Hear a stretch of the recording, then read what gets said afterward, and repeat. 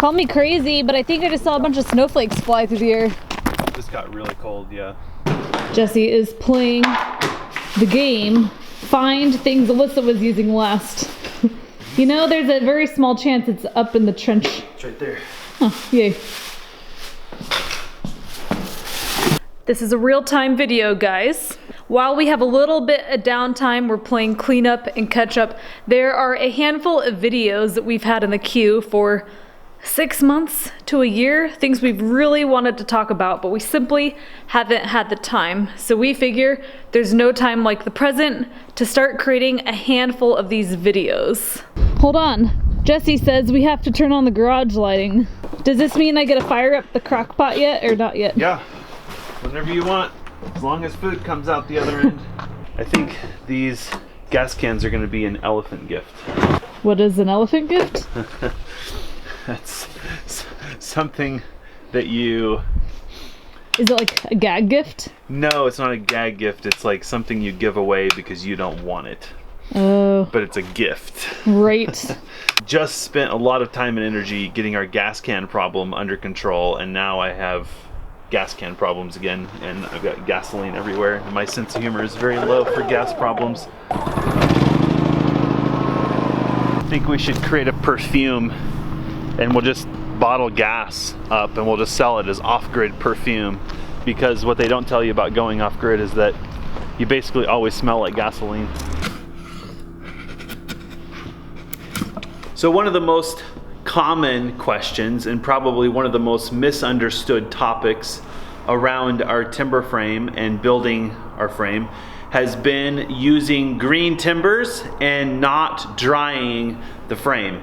Seems like there's this massive misunderstanding about kiln drying, dimensional stability, construction methods and stuff. And so we thought we'd just stop for a moment and share some of the details around this subject.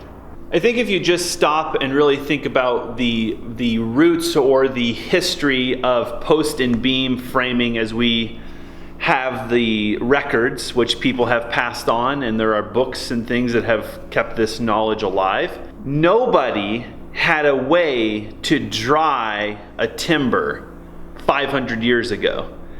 So all of the obsession with kiln drying really stems from the last 70 years of what has become known as stick framing or stick construction. So a lot of folks are under the impression that if you build with green lumber, your house is going to warp and twist and fall apart and have endless problems.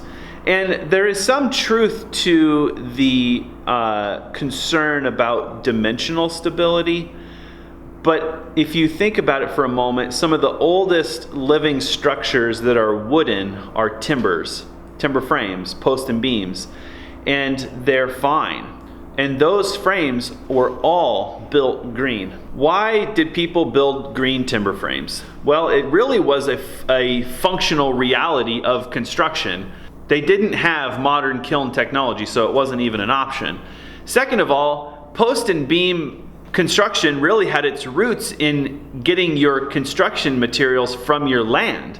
It's only in the last 100 years that we've come up with this idea of transporting building materials over hundreds or even thousands of miles to build structures. Nobody did that. They would fall a tree, they would use it to build a structure within a few hundred feet of where the tree used to live, and there it was. And so there was no need for kiln drying, first of all, because they didn't need to transport anything very far. Whereas today, a log goes from maybe 20, 30, 50 miles in the forest to a mill. So it goes over 50 miles on paved roads. Then it goes through a mill, and then it goes back on a truck and is driven tens, hundreds, or even thousands of miles to a lumber yard. And then it's transported again from the lumber yard to wherever the building site is. So that log has a multi-hundred or multi-thousand mile journey. So the reason that's an issue is weight becomes a problem when you start moving things over long distances. So moving green timbers over long distances, it's not very economical. But moving timbers over long distances also isn't economical. So we don't dry timbers because we're not moving them very far. Doesn't make sense to do so. So some timber frames are dried. There are timber framing companies out there who do have modern kilns of different variation of types, and they do dry the timbers, but it has a very real consequence in that wood. For example, in order to generate a 10-inch by 10-inch beam that is kiln dried, you're going to need to saw a 12-inch by 12-inch beam, and then while that beam is being dried very fast, maybe in 2 months or so, in a 110-degree environment, it will twist. And then the beam must be taken back out and put back through a saw to generate the 10-inch by 10-inch beam that is square. So you have a tremendous amount of waste in using dried timbers to build a timber frame. These companies that kiln dry their timber frames typically do not use, wooden joinery, which kind of is another technology that has come from the last 100 to 150 years, which is steel.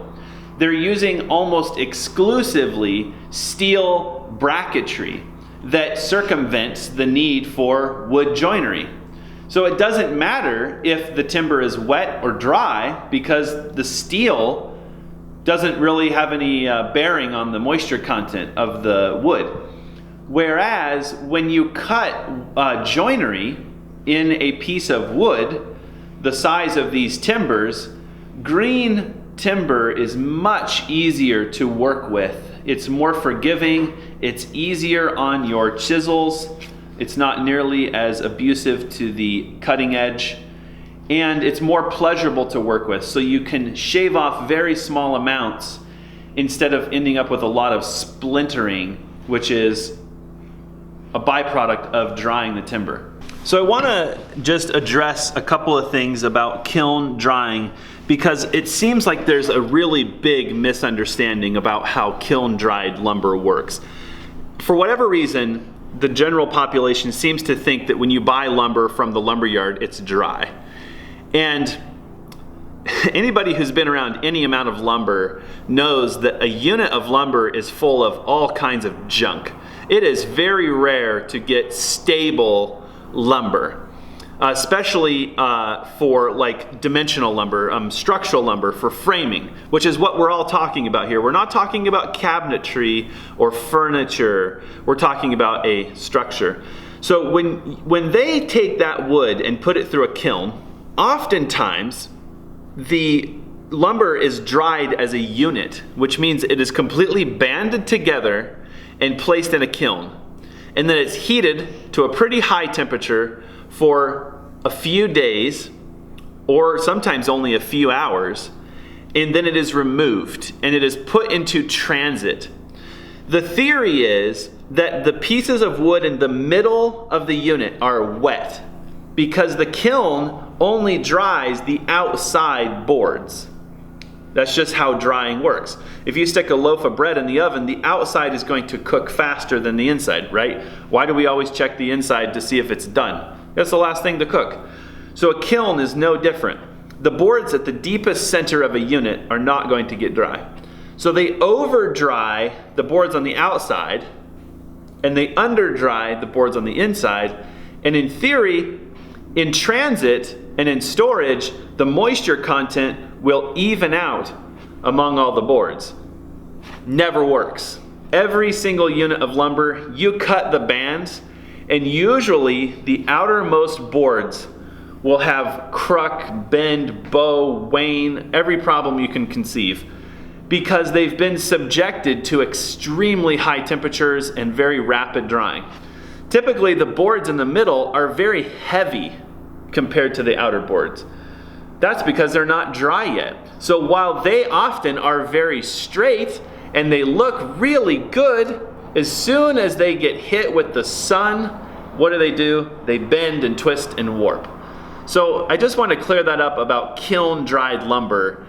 It is not the saving grace of construction. While it does produce more dimensionally stable lumber, any contractor worth their salt would probably admit that most lumber is anything but dimensionally stable.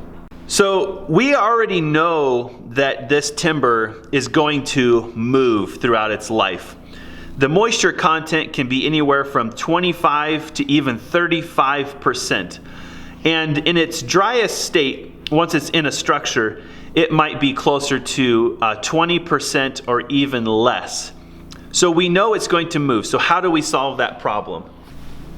So there are two super critical things that we do in a timber frame to help control the amount of warping and twisting that takes place in the frame. The first thing, and perhaps the most critical, is we actually oil the frame, both the end grain and the face grain. We do that with different substances. The end grain, we actually use a very waxy oil. And the goal is to actually retain the moisture. The face is a more thin oil, which is a mixture of linseed, citrus oils, things like that. But again, timbers or wood typically dries faster through the end grain than through the face grain. So by waxing the end of the timbers, we're slowing the drying process down. The reason that wood warps is because the cells in the wood dry faster than the ligaments in the wood can stretch. So if we slow dry wood, it will be more dimensionally stable.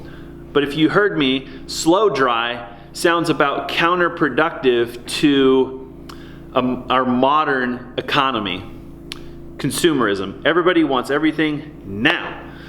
So the time between a tree being harvested, cut into a board, and put into a structure could conceivably be less than a couple of weeks, which means there's no time for drying. So our goal with these timbers is to have them dry very slowly so that they are less likely to warp from the stress of drying too fast. There is going to be some checking cracks. That's going to be a natural process as the wood dries. In fact, with this little piece, you can already see the radial cracking that's happening from the heart out. But that drying is very much on the surface. There's a kind of general rule of thumb. It's not a perfect rule, but it says that wood dries about 1 inch per year. So in theory, this timber, when it's completely oiled, could take as many as 8 or 10 years to fully dry. So that's the first thing we do, is we use oil to actually retain the moisture in the timber instead of trying to get the timber to dry fast. The second thing that works in our favor is the joinery. As the frame is assembled, all of the joints are sucked extremely tight. And since all of the wood is roughly the same moisture content, it's going to dry roughly all at the same rate. So when the joints are put together, a technique is often used called draw boring, where the peg that is used, the hole is offset slightly from the hole that is in the tenon. And the job of that offset is to suck these joints extremely tight. So as the frame dries, that tightness increases instead of having a loosening or a gapping of the joints. So the most critical part of this is that the moisture content of all the wood needs to be pretty much similar. So for example, if we were to say mill half of our timber frame last year and half of it this year, it stands to reason that the moisture contents of those two woods would be dissimilar to some degree. And there may be some conflict because one's quite a bit more dry. So in theory, it's best to mill all of the timbers for a frame in a very narrow window of time, cut the frame and raise the frame in a fairly narrow window of time, so that you don't have any room for accelerated drying, such as from the sun, and you also don't have time for differentials in moisture content. These pieces of wood, when we cut these scarf joints for our frame, the shelter crew deliberately did not sever that cut until the very last minute, because the very outermost wood would begin to dry, and just that fast it became very difficult to slick. Very difficult's not the right word, more difficult. So at the very last minute, we would finish the cut and slick the joint, which means to flatten the joint. That way, if the wood had any time to dry, it would be less difficult. This wood has been sitting outside for a month, and I can tell you just by feeling the end grain that it has already dried to some degree, even though it's been raining for a month. So that kind of gives you an idea how quickly the face grain or the end of a grain can actually lose its moisture. So one of the first things that we did as our logs arrived was we applied what's called anchor seal. It's an end grain sealer. We applied that to the log because that immediately inhibits drying. In fact, I can tell you just by feeling the end of this log that's been sitting here in the rain, it feels dry. And these logs were cut less than 1 month ago. But of course, the center of the log is far from dry. We are leaving the bark on these trees. That's not really advisable because bugs can get in them and destroy the wood. But it does help to retain a little bit of the moisture. That's a good and bad thing. Left on there too long and the log will start to rot. So there's a narrow window of time. Dang, balance. Everything's about balance. Right. And then one of the things that we do with timber frames, and I'm sorry, I don't have a peg to show you. I threw it away literally 1 hour ago. Is when we drive a peg, the peg is extremely dry. So it will not change size. In fact, as it's driven into a wet timber, it will take on some of the moisture that's in the frame and it will swell up slightly.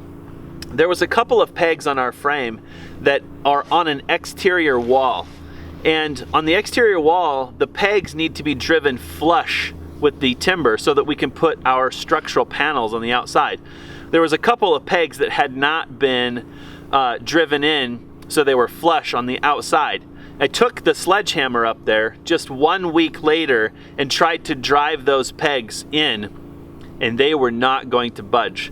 So they are a harder wood than our frame. They're made from oak, and our frame is made from Douglas fir. That's important so that they have more shear resistance than the frame does itself, so that the frame cannot shear the peg off if it were to have so much tension from drying. And second of all, those pegs are bone dry for wood, so that as the frame dries around them, the joint only gets tighter. So going back to how our timber frames originated, with modern technology, it takes 2 months or so to kiln dry a timber that is roughly 12 inches by 12 inches.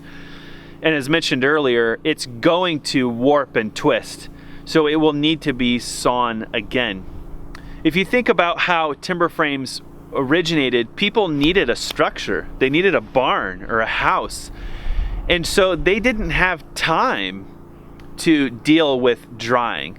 So if we were to take those same 8x8s or 8x10 timbers and sticker them like we have this lumber, and then sit around waiting patiently for them to dry out, it could be several years before those timbers would be ready to build with. So what we've done to compensate is, in the structure, we're not going to use wood heat inside right away, because it would introduce a lot of dry heat into the frame, and that would accelerate the drying in a bad way. So we're hoping to use the radiant heat down the road in our timber frame, which is a more gentle heat. It's a lower temperature heat, and it should allow the frame to dry more slowly. Of course, the most ideal would be to not live in the house for 10 years and barely heat the house so that the frame dries very slowly, but we, like the early timber frame folks, don't have time for that. So we have to be somewhat gentle early on with the frame and not overheat the house, or we could end up with a lot of the problems that people anticipate having with timbers. Part of the reason that we sticker lumber fairly tall is so that the weight of the upper boards helps to hold the lower boards in the shape that we want. So as they dry flat, and we end up with a flat board. It's not uncommon for the upper boards to get a little bit of cupping or something going on in them because they don't have enough weight on them. We could add weight, we may do that later, but that also works for us in the timber frame. As the joinery works hard, it actually resists the warping and twisting of the timber. That's why the time between the frame being cut and the frame being raised and all the joinery being completely pegged needs to be as short as possible so that the joinery is helping, like the weight of this stack of lumber, to keep the frame straight. I guess there's a lot of other reasons that timber framing can be done green, but I'll share one other thing that is a factor for modern day stick framing. We build houses so fast that having building materials that have excess moisture in them can actually cause damage to the structure. When the house wrap and sheeting is applied to a stick frame structure, and then sheetrock and insulation are added to the inside of a structure, the moisture that's in the wood can linger. And so it's pretty important that that would have already had some drying take place. This is really a consequence of modern day construction being so fast. But our timber frame will be completely exposed on the inside of our house. So there's no rush to get it dry. In modern stick framing construction, we don't ever see the frame. It's completely invisible. Nobody actually knows what's behind the sheetrock or behind the sheathing and the siding. Nor do you want to know or see because it's ugly. It's not particularly attractive, while it is cost effective and efficient. So it's important for that method of construction that drier wood be used for the structural components so that you don't end up with mold, mildew, rot, things like that. But in our timber frame, it doesn't matter because the frame will dry slowly over time and we get to enjoy the beauty of the frame. So it's just one more reason it's nice to build with timbers over stick building. This doesn't really have to do with drying necessarily, but there are a lot of really wonderful books out there about post and beam framing, timber framing, and what you might not see because we have so manipulated stuff in our modern world is that post and beam was like a reactionary or a circumstantial building method that developed out of material availability. Come here. This cat has so much to say today. It's one of the first sunny, non-rainy days we've had in a while, so he's out and about, patrolling the building site.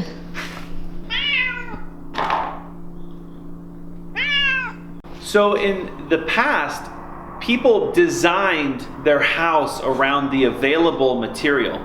So if they had small trees, they built a structure that could use small trees. And if they had big trees, they moved big trees. Well, today, we've gone the other way and we've created a universal material. So it doesn't matter if it's a big tree, small tree, blue tree, pink tree. We create structural materials out of that so that we can build stuff. And no one cares what size or what availability of material there is.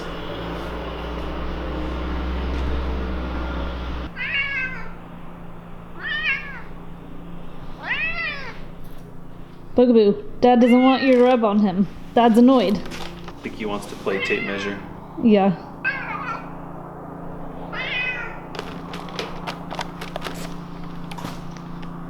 Get it, Dad. What the heck is it doing? Knucklehead? Huh? You knucklehead? Oh, he's loving that. Oh, he's loving that, all right. So I was saying that we today have created standardized materials. Everything is 16 inch on center, 24 inch on center, 4x8 sheet goods. Doors are this size, windows are this size, everything is standardized. So nobody really cares anymore where the product came from. In fact, very few people will ever meet the tree that is supporting their roof. And timber framing is not that way in its roots. I'm not saying that modern timber framing hasn't become that, because we've become so accustomed to making things look like they weren't natural materials that nobody really even knows what a natural material looks like. But the beautiful thing about timbers, and I think knowing this now, I'll share this maybe more in detail in a future video, but we would have designed our frame differently had we known what trees we would be using to cut the frame, because it was actually very difficult to get the timbers that we needed to build this frame. And so that's just a harsh reality of the evolution of construction. We've created this system of building that takes all the natural aspects out of it, and you end up with a very standardized construction method that has no soul. Oh, Dad, what you doing? You say something about a crock pot? Do I have permission to, Bugaboo thinks you're gonna pet him. Here, got the crock pot? Oh, really? Can I sit? Oh, really? I sits. Bugaboo, I wouldn't get in there. Totally That's where dinner there. comes from. Yeah, I think that maybe in closing, I'll just share that we'll link to a few videos or a few books that we've read on timber framing that really, if you want to get deeper into this and understand the whys and hows of it all and the history of it all, it's the most beautiful thing. So we'll share link some to of those things. Alyssa's favorite book first because it has a lot of pictures and I like picture books. But click like read more or whatever for the rest of the books. Yeah, there's a ton of stuff out there, and Be I more think mature people. I can only just give a fair disclosure that if you aren't sure if you want to fall in love with timber framing, don't read these books. Bugaboo, did you know that this generator is remote start? Do you know what that means? That means when we're laying in bed, we can turn it on. Yep, and it will filter the hot tub. Are you seriously taking a bath on a generator right now? He's licking his tail while you hold it Are for you him. for serious? Here, I'll hold it. I'll hold it, here. What's your favorite part of timber framing, Bugfish? Sharpening my claws on the woods. You are just like laying it on thick Is he today, aren't you, drooling? buddy? You're laying it on thick, huh?